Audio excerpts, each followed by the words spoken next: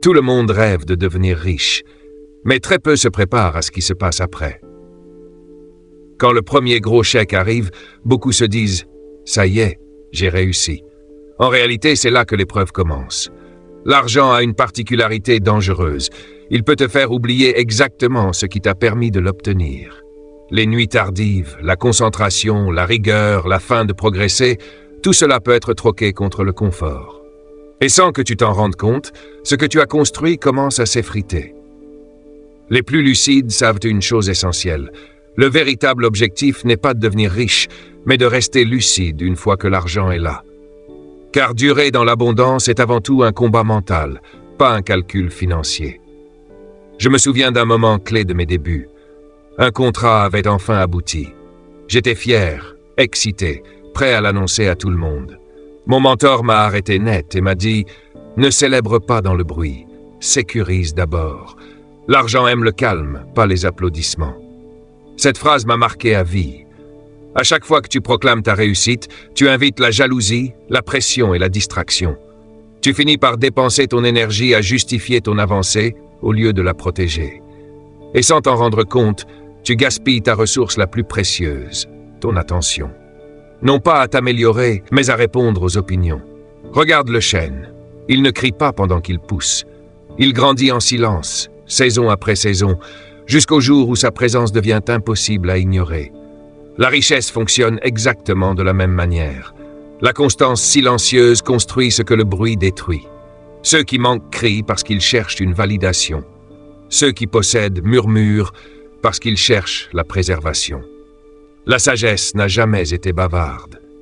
Les mots inutiles révèlent l'agitation, pas l'intelligence. La vraie profondeur parle peu et seulement quand c'est nécessaire. Le bruit attire aussi le mauvais regard. Tu n'as aucun intérêt à indiquer l'emplacement de ton trésor. Même les textes anciens le rappellent. On ne jette pas des perles au hasard. Laisse ta discipline parler à ta place, pas tes déclarations. Quand tu construis quelque chose de précieux, la discrétion n'est pas une fuite, c'est une protection. Ce n'est pas de la dissimulation, c'est de la stratégie. Les meilleurs investisseurs, les entrepreneurs solides, les fortunes durables ont tous un point commun. Ils avancent en silence jusqu'à ce que tout soit verrouillé. Alors retiens ceci, parle moins de ce que tu vas faire et laisse davantage parler ce que tu as déjà fait. Garde tes rêves pour ton carnet, pas pour la table du dîner. Confie tes ambitions au temps, au travail et aux résultats. Car quand tu parles moins, tu écoutes plus. Quand tu écoutes plus, tu apprends plus vite. Et c'est cela, la vraie richesse. Apprendre, évoluer et agir sans chercher à faire du bruit. Quand l'argent arrive, baisse le volume. Ne laisse pas le succès changer ta voix. Laisse-le approfondir ta compréhension. Les riches ne crient pas ce qu'ils construisent. Ils construisent. Et le monde s'en rend compte quand il est déjà trop tard pour rattraper le retard. L'argent est fascinant. Il n'a pas de voix, mais il révèle tout. Il n'a pas de morale, mais il expose la tienne. Je l'ai toujours pensé. L'argent ne change pas une personne, il amplifie ce qu'elle est déjà. Un homme bienveillant aura plus de moyens d'être généreux. Un homme néglige aura simplement plus d'occasions de prouver son manque de maîtrise. Voilà pourquoi l'argent n'est pas un test d'intelligence. C'est un test de caractère. Dès qu'il entre dans ta vie, il pose une seule question, en silence. « Es-tu prêt pour moi ?» Et ta réponse ne se trouve pas dans tes paroles, mais dans tes habitudes. J'ai vu ce scénario trop souvent. Des années d'efforts, de sacrifices, puis enfin une percée, une promotion, un profit, une opportunité. Mais au lieu de consolider, on commence à dépenser. Le premier goût du succès devient la chute. Quand j'ai touché mon premier vrai salaire après des années difficiles, j'avais envie d'acheter quelque chose qui crie « J'y suis arrivé ». Mon mentor m'a dit « N'achète pas de la fierté, achète la paix ». Avant de dépenser vers l'extérieur, renforce-toi à l'intérieur. Car si tes habitudes ne supportent pas 1000, elles ne survivront pas à 100 000. L'argent teste aussi ta patience. Il murmure « Peux-tu retarder le plaisir aujourd'hui pour devenir plus fort demain ?» La plupart échouent. Ils échangent la croissance à long terme contre l'applaudissement immédiat.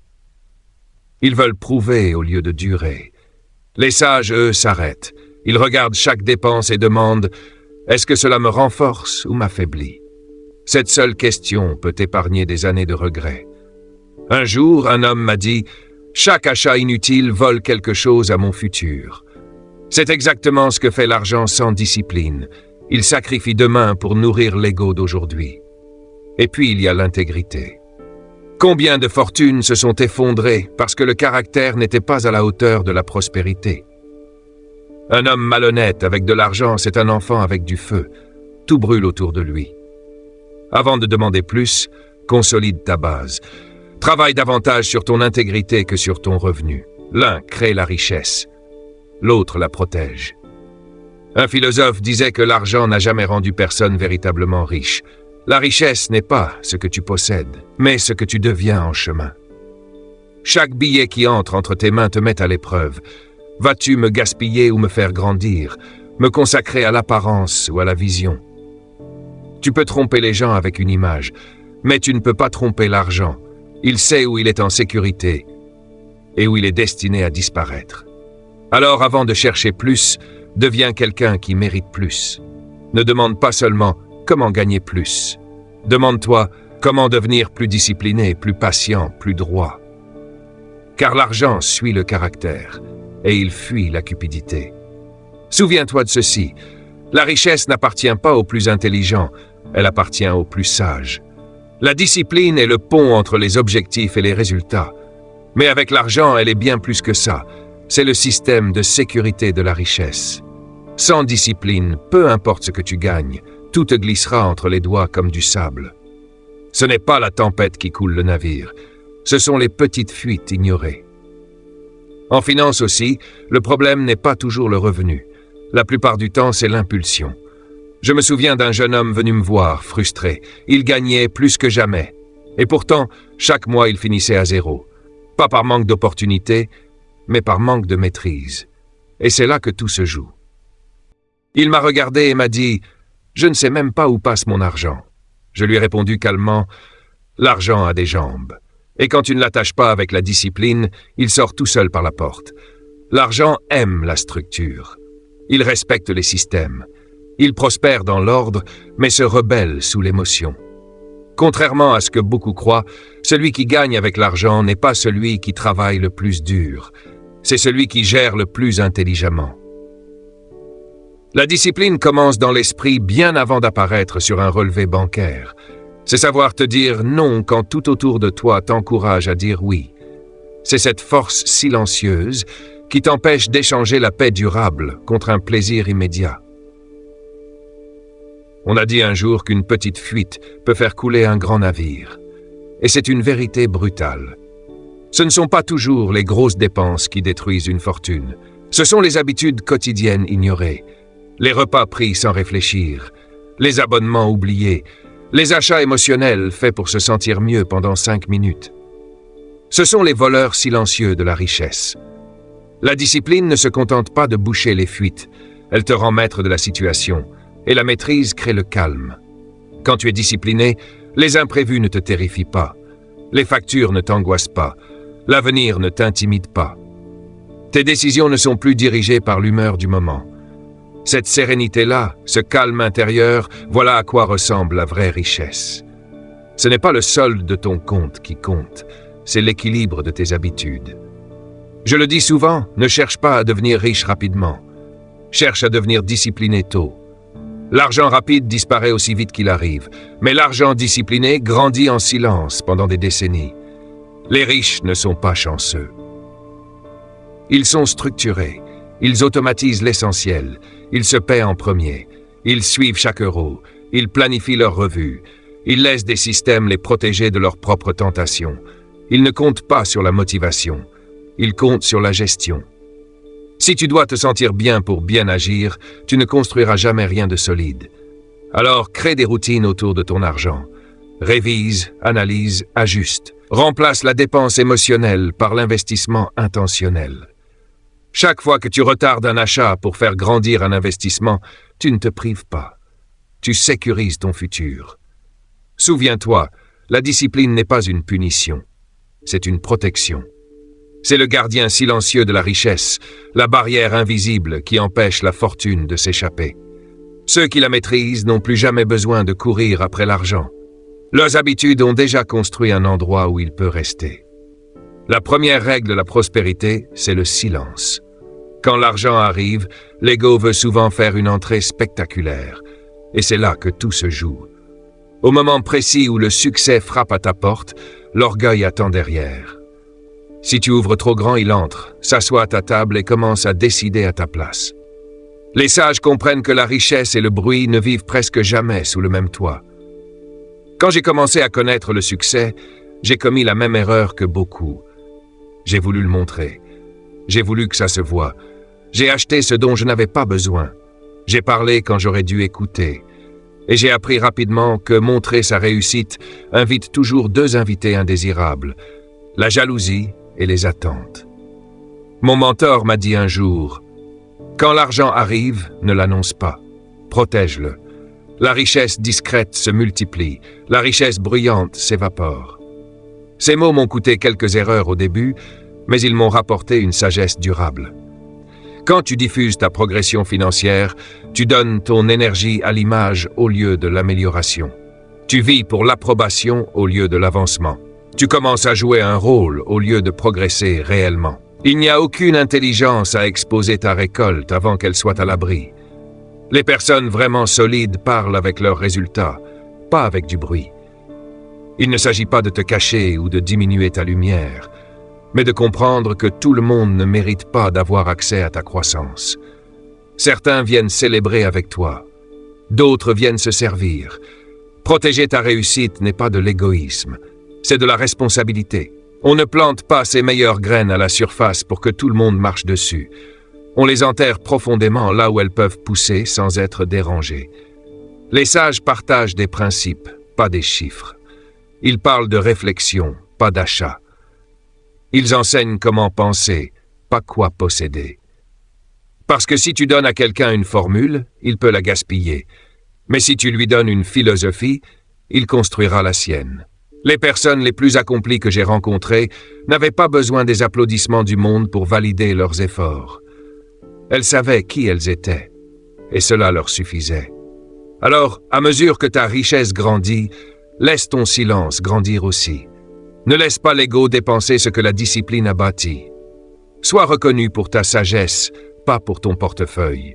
Le tambour bruyant attire l'attention. Mais c'est la terre silencieuse qui fait pousser la forêt. La vraie prospérité n'a pas besoin de crier, elle rayonne. Quand l'argent arrive, il teste toujours une chose, la personne que tu es réellement. L'un des pièges les plus courants, c'est de dépenser pour prouver au lieu de dépenser avec un but. Beaucoup cherchent à valider leur réussite dans le regard des autres. La voiture voyante, la montre brillante, les photos publiées pour récolter des réactions. Mais écoute bien ceci, une richesse construite pour le spectacle ne résiste jamais à l'examen. La discipline financière commence le jour où tu comprends que chaque euro doit travailler pour toi, pas pour impressionner quelqu'un d'autre. Moi aussi, à mes débuts, je suis tombé dans ce piège. J'achetais pour impressionner. Je pensais que cela prouvait que j'avais réussi. La satisfaction passait vite, les factures restaient, et ma liberté diminuait. C'est là que j'ai compris une vérité simple. La richesse ne se mesure pas à ce que tu possèdes, mais à ce dont tu n'as pas besoin. La vraie abondance ne se voit pas. Elle se ressent dans le contrôle, la clarté et le sens. Quand tes dépenses ont un but, chaque euro devient un employé. Avant d'acheter, pose-toi une seule question. Est-ce que cela contribue à ma croissance, à ma santé, à mes compétences ou à ma liberté? Si la réponse est non, ce n'est pas un investissement. C'est un luxe déguisé en récompense. Les riches ne consomment pas pour être vus. Ils investissent pour bâtir. Chaque dépense a une mission. Chaque choix a une direction. La richesse durable ne s'accumule pas dans des objets qui prennent la poussière. Elle se construit dans des actifs qui produisent un retour financier, mental et humain. Remplace les dépenses d'ego par des dépenses de vision. N'achète pas pour impressionner. Achète pour t'élever, élargir tes options et renforcer ta liberté. C'est ainsi que l'argent cesse d'être un risque et devient un allié. Au début, les résultats sont invisibles. On ne les applaudit pas, on ne les remarque pas. Mais avec le temps, ils s'additionnent, puis se multiplient. et ils bâtissent une liberté qu'aucune démonstration extérieure ne pourra jamais offrir. J'ai appliqué ce principe de manière très concrète. Pendant 1 an, j'ai suivi chaque euro que je dépensais. Pas seulement pour savoir où il allait, mais pour questionner pourquoi il partait. Très vite, j'ai compris une vérité inconfortable. Une partie de mon argent nourrissait mon ego, pas ma vision. J'ai coupé ce qui ne me servait pas. J'ai redirigé ces ressources vers des actifs, de l'apprentissage, des opportunités. Le résultat ne s'est pas limité à une progression financière. J'ai gagné quelque chose de bien plus rare, une tranquillité intérieure que les applaudissements ne peuvent pas acheter. Dépenser pour prouver procure une excitation brève. Dépenser avec un but construit une sécurité durable. Laisse ton argent servir ta liberté, pas ton image. La vraie richesse murmure à travers ta discipline. Elle ne crie jamais à travers l'apparence. Nous avons souvent une vision faussée de la richesse. Beaucoup pensent qu'elle exige d'être montrée. Grande maison, voiture voyante, attention constante. La réalité est presque inverse. Les personnes les plus riches que j'ai observées vivent simplement, discrètement. Elles savent que la paix et la liberté valent infiniment plus que la reconnaissance publique. La richesse vécue en privé permet de penser clairement, d'agir vite et de bâtir sans interférence. Elle libère l'esprit. La vraie abondance ne se mesure pas à ce que tu possèdes, mais au contrôle que tu exerces sur ta vie. Ce n'est pas le bruit des applaudissements qui définit la réussite, mais la stabilité intérieure. Très tôt, quand j'ai commencé à gagner plus que je ne l'avais jamais imaginé, j'ai remarqué un schéma clair. Ceux qui annonçaient leur succès vivaient souvent sous tension. Amis envieux, opportunistes à l'affût, pression constante. Pendant ce temps, ceux qui construisaient en silence avançaient sereinement, sans stress extérieur, avec une croissance régulière. C'est là que j'ai compris une règle fondamentale. Ne confonds jamais visibilité et victoire. Le succès exposé a un prix, perte de concentration, dépenses inutiles, distractions permanentes. Apprendre à être riche en privé commence par se détacher du besoin d'approbation. Tu n'as pas besoin de validation pour progresser. Garde un cercle restreint, mature financièrement. Des personnes qui comprennent la discipline, la patience et la vision long terme. Résiste à l'inflation du style de vie. Ce n'est pas parce que tu peux dépenser plus que tu dois le faire. Laisse plutôt ton argent travailler silencieusement. Investissement, épargne, compétences, actifs qui parleront avec le temps. Pas une tenue qui impressionne aujourd'hui et disparaît demain. La gratitude et le contentement jouent aussi un rôle central. La cupidité, elle, est bruyante. Elle pousse à dépenser pour l'apparence, à courir après le statut au lieu de la sécurité. J'ai vu des gens monter et chuter simplement parce qu'ils cherchaient à impressionner. À l'inverse, ceux qui sont restés humbles, reconnaissants et centrés ont vu leur richesse se multiplier sans agitation. Chaque choix devenait intentionnel. Chaque euro avait une mission. Détache-toi du besoin de jouer un rôle devant le monde. Consacre ton énergie à la création, pas aux réactions. Développe des compétences. Construis des actifs. Investis dans ton avenir pendant que d'autres se laissent distraire par la pression sociale. La vraie richesse est invisible. C'est la paix. Le contrôle, la liberté. Quand tu apprends à vivre simplement en privé, tu ne fais pas que préserver ta richesse. Tu la multiplies. La richesse silencieuse crée de la clarté, de la longévité et de la puissance. Garde tes victoires pour toi. Avance régulièrement. Laisse le temps faire son travail. Maintenant, imagine ceci un instant. L'argent est un miroir. Il ne montre pas seulement ce que tu possèdes. Il reflète ta philosophie, tes habitudes, ton caractère. Donne soudainement de l'argent à quelqu'un de négligent et tu verras cette négligence s'amplifier. De petites erreurs deviennent de grandes fautes. L'histoire en est remplie. Ce n'est pas l'argent qui construit ou détruit une vie, c'est la manière de penser qui le dirige. Au début de mon parcours, j'ai moi-même appris cette leçon difficilement. Un jour, j'ai reçu une somme inattendue. Pendant un instant, je me suis senti invincible. Je pensais que l'argent allait résoudre des problèmes que je n'avais pas encore appris à gérer. Sans intention claire, j'aurais pu tout perdre en quelques mois. La richesse amplifie ce que tu es, mais elle ne corrige pas ce que tu refuses de travailler. Les petites habitudes, les petites décisions, les petites croyances se cumulent, et dès que l'argent entre en jeu, tout est amplifié. C'est pourquoi la première étape pour devenir riche n'est pas de compter l'argent. C'est d'examiner tes convictions. Observe comment tu traites de petites sommes. Elles annoncent exactement comment tu gérerais des montants bien plus importants. Si tu traites 10 avec légèreté, 10 000 suivront le même chemin, sauf si ton état d'esprit évolue. Une philosophie financière solide aligne tes actions avec tes valeurs, honnêteté, patience, vision. La pensée doit précéder l'argent, jamais l'inverse. Travaille sur ton intégrité, sur ta discipline, sur ta prudence. Observe ta réaction aux gains comme aux pertes. Es-tu posé ou impulsif, réfléchi ou réactif? Éduque ton esprit et l'argent viendra sans danger. Considère la richesse comme une loupe. Une pensée claire devient opportunité. Une pensée confuse devient erreur amplifiée. L'argent n'est ni une solution ni un problème. C'est un révélateur. Laisse-le révéler ta sagesse intérieure, pas tes failles. Souviens-toi, de petites actions disciplinées, épargner avec intention, investir avec prudence, dépenser avec conscience, construisent à la fois une croissance financière et personnelle. Les sages l'ont compris. La richesse amplifie la philosophie. Protège-la. Aligne tes actions avec tes valeurs et tu multiplieras bien plus que de l'argent, tu multiplieras ta vie. Enfin, retiens cette vérité que beaucoup ignorent. L'argent peut se regagner. Le temps, jamais. Chaque seconde gaspillée à poursuivre l'insignifiant ou à faire ce qui pourrait être délégué est perdue à jamais. Les personnes prospères le savent profondément.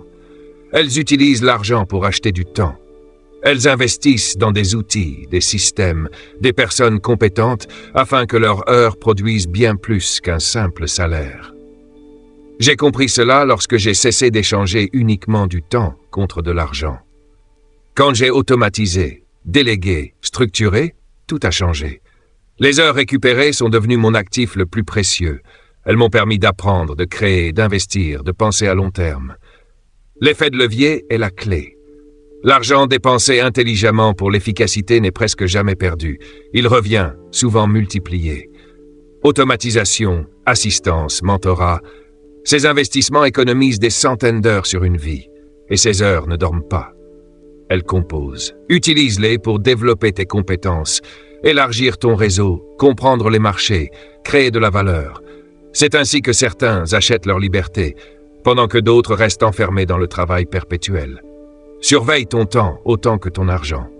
Si tu ignores où vont tes heures, tu les vends sans le savoir à un prix dérisoire.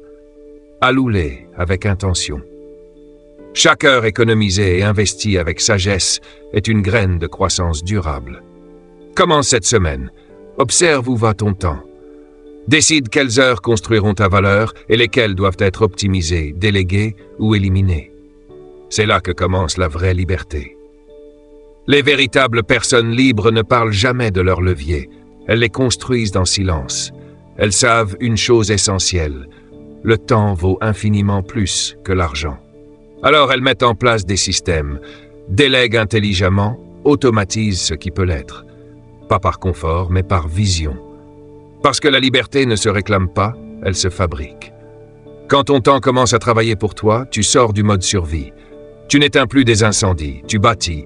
Tu récupères l'espace mental nécessaire pour penser clairement, planifier avec lucidité et agir avec précision. L'argent peut disparaître et se reconstruire. Le temps, lui, ne revient jamais. C'est pour cela que les esprits riches investissent d'abord leur argent pour libérer leurs heures. Et quand le temps est libéré, ce n'est pas seulement la richesse qui se multiplie, c'est la vie. Beaucoup de gens confondent activité et réussite. Ils courent toute la journée, enchaînent les tâches, remplissent leurs agendas, convaincus que bouger signifie avancer. Mais à la fin de la semaine, le compte bancaire stagne, les compétences n'évoluent pas et l'épuisement s'installe. Être occupé n'a jamais été un indicateur de prospérité. Sans stratégie, l'effort devient une prison. J'ai appris cela à mes dépens. Pendant longtemps, j'ai donné tout mon temps à un travail exigeant, prenant, énergivore. Je répondais à tout, je faisais tout, je courais partout. Mais malgré cette agitation constante, ma situation financière restait figée. Le déclic est venu le jour où j'ai cessé de mesurer mes journées en heures et commencé à les mesurer en résultats. J'ai commencé à observer ce qui produisait réellement de la valeur. Quelles actions augmentaient mes revenus, développaient mes compétences ou créaient des actifs? Tout le reste a été éliminé. Et avec chaque tâche inutile supprimée, je récupérais du temps, de l'énergie et de la clarté. La concentration est une force sous-estimée. Imagine consacrer la majorité de ton temps à des actions qui génèrent du flux financier, élèvent ton niveau ou élargissent ton réseau. Ce n'est pas faire plus, c'est faire ce qui compte. Le temps est comme un terrain. Tes actions sont les graines. Planter au hasard fatigue, mais planter avec intention transforme. Chaque semaine, observe ce qui fait réellement avancer ta situation. Si une action n'augmente ni ton intelligence financière ni ta capacité à générer de la valeur, elle n'a rien à faire dans ta vie. Le monde récompense la production, pas la sueur. L'effort seul n'impressionne personne. Les résultats, eux, parlent. Élimine les distractions déguisées en obligations, comparaisons sociales, réunions inutiles, tâches à faible impact. Elles volent ton temps et affaiblissent ta discipline. Redirige cette énergie vers ce qui construit des actifs, du savoir et des revenus. Souviens-toi, les gens occupés restent fatigués. Les gens stratégiques avancent. Le progrès se mesure en impact, pas en agitation. Il est aussi essentiel de comprendre ceci. Être riche et être libre sont deux choses très différentes. Avoir de l'argent sans contrôle sur son temps n'est pas une victoire. La vraie richesse, c'est le choix. La possibilité de dire non sans peur, de s'éloigner sans culpabilité, de savoir que même dans le silence, tes finances continuent de fonctionner. J'ai vu des personnes gagner beaucoup d'argent et pourtant se sentir enfermées, prisonnières de leur niveau de vie, de leur image, de leurs dépenses. Elles travaillaient pour maintenir un statut, pas pour construire une vie. C'est à ce moment-là que j'ai compris. Poursuivre le revenu sans bâtir d'actifs mène à une dépendance déguisée. Les personnes réellement prospères investissent dans ce qui survit à leur absence. Des systèmes, des entreprises, des actifs qui génèrent des revenus récurrents. Ces structures n'attendent pas ton énergie quotidienne pour fonctionner. Elles grandissent pendant que tu dors, que tu apprends, que tu vis. J'ai commencé à mesurer chaque décision par une seule question. Est-ce que cela m'offre plus de liberté demain ou est-ce que cela m'attache davantage? Ce filtre a tout changé. Accumuler de l'argent sans vision est fragile. Il se dépense vite, se dilue, s'échappe. Mais des actifs bien construits travaillent sans bruit, sans ego, sans fatigue. C'est pour cela que les véritables bâtisseurs vivent souvent simplement pendant que leur argent travaille sans relâche. Et puis, il y a un ennemi silencieux que peu osent affronter. La peur.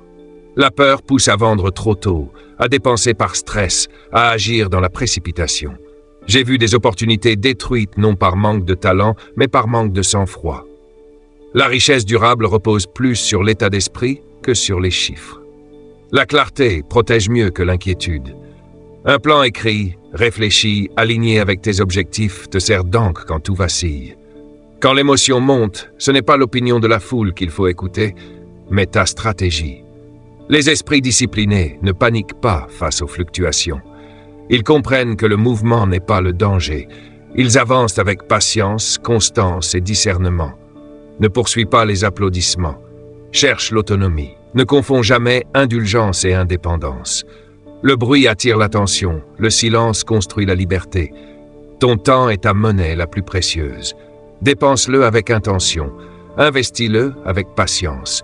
Et laisse ta richesse devenir ce partenaire discret qui sécurise ton avenir pendant que tu vis pleinement. Même le portefeuille le plus modeste peut croître, à condition d'être guidé avec constance et intelligence. La protection de l'argent ne passe pas par l'angoisse ou le contrôle excessif, mais par la compréhension, la discipline et une stratégie claire. La peur rend impulsif, la sagesse rend prévoyant. La richesse ne se construit pas dans le bruit, elle se développe lentement, se renforce avec patience et se préserve avec lucidité.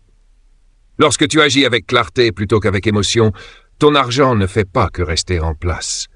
Il trouve des chemins de croissance que la panique ne pourra jamais offrir. Voici une vérité que peu de gens acceptent. Les fortunes ne disparaissent presque jamais à cause d'une seule erreur spectaculaire. Elles s'effritent à cause de petites fuites invisibles, répétées jour après jour.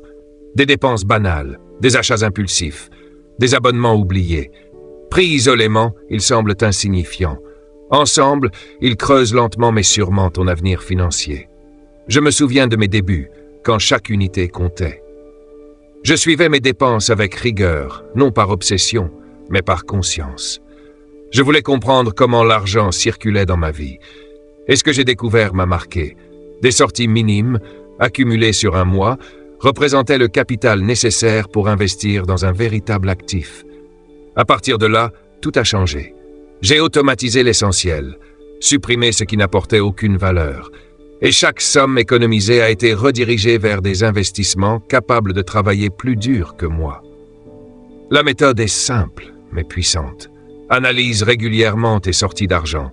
Considère chaque euro comme un soldat. Il doit avoir une mission claire, consommer, sécuriser ou faire croître. Rien ne doit errer sans objectif. Automatise ce qui peut l'être pour éviter les erreurs, les oublis et les excès. Et surtout, mets chaque économie au travail. Laisse les intérêts composés porter l'effort pendant que toi, tu avances avec calme. Avec le temps, ces habitudes deviennent naturelles. Tu ne te demandes plus où va ton argent. Il circule avec intention, discrétion et cohérence. Ce qui paraît anodin aujourd'hui devient le socle de ta liberté future. La discipline construit la sécurité goutte après goutte. La négligence la détruit imperceptiblement. Ta situation financière n'est pas une question de chance. Elle est le résultat cumulatif de milliers de petites décisions prises dans l'ombre. Un autre piège mérite d'être éclairé. Beaucoup copient ce qu'ils voient. Peu comprennent ce qui fonctionne réellement. Imiter l'apparence sans comprendre les principes mène toujours à la frustration. J'ai vu des gens courir après les signes extérieurs de richesse, voitures, vêtements, maisons, tout brillait à l'extérieur. Mais derrière, les factures s'accumulaient et l'épargne était inexistante. Ils avaient copié le décor, pas la stratégie. Quand j'ai commencé à étudier ceux qui ont bâti une prospérité durable, un point commun est apparu. Ils ne cherchaient pas à impressionner, ils s'intéressaient au système, à l'efficacité, au réinvestissement et à la vision long terme. Ils ne se demandaient pas comment paraître riches, ils se demandaient comment construire quelque chose qui survive au temps. La clé est là. Cherche la logique, pas le spectacle. Lis les parcours de ceux qui ont créé une vraie valeur. Ne t'arrête pas aux résultats visibles. Analyse leurs décisions, leurs habitudes, leurs processus. Note-les, intègre-les et surtout applique-les à ton échelle. Commence petit. Réinvestis au lieu de dépenser. Automatise ton épargne. Forme-toi aux bases de l'investissement. Imite les actions, jamais les ornements. Beaucoup échouent parce qu'ils recherchent l'approbation plutôt que la compétence. Une richesse construite pour impressionner s'effondre à la première tempête. Aujourd'hui, je filtre chaque décision financière à travers une seule question. Quel impact aura-t-elle sur ma liberté future? Je ne cherche pas à montrer, je cherche à bâtir, silencieusement. La leçon est simple.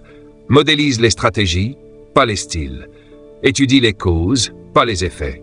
Construis les processus, pas les apparences. Si tu fais cela, ta progression devient inévitable. Les signes extérieurs viendront peut-être un jour, mais ils ne seront plus l'objectif. La richesse ne se crée jamais sous les projecteurs. Elle naît dans la discipline, grandit dans la constance et se consolide dans le silence. Les applaudissements s'éteignent, les tendances passent, les principes eux durent. Arrête de courir après l'admiration. Commence à rechercher la maîtrise. Observe tes habitudes, redirige ton argent vers la croissance. Investis dans ton savoir. Fais de chaque décision un acte conscient. La liberté de demain commence toujours par la discipline d'aujourd'hui.